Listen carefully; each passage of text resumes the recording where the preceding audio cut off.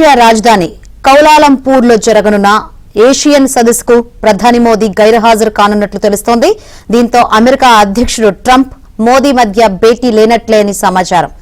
ఈ నెల 26 నుంచి 28 వరకు ఏషియన్ సదస్సు సమావేశాలు జరగనున్నాయి. అయితే స్కెడ్యూల్ సమస్యల వల్ల ఈ సమావేశంలో మోదీ పాల్గొనలేకపోతున్నారని, ఆయనకు బదులుగా విదేశాంగ మంత్రి జైశంకర్ భారత్ కు ప్రాతినిధ్యం వహిస్తారని తెలుస్తోంది.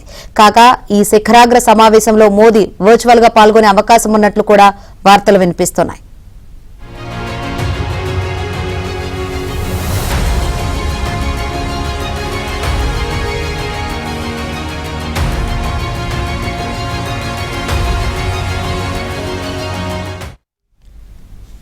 ఏషియన్ సదస్సుకు ట్రంప్ తో సహా అనేక దేశాల నాయకులు హాజరవుతారు.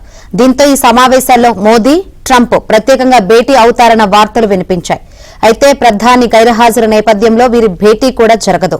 ఈ సదస్సు నేపథ్యంలో మలేషియాతో పాటు కంబోడియాలో కూడా పర్యటించాలని మోదీ భావించారు.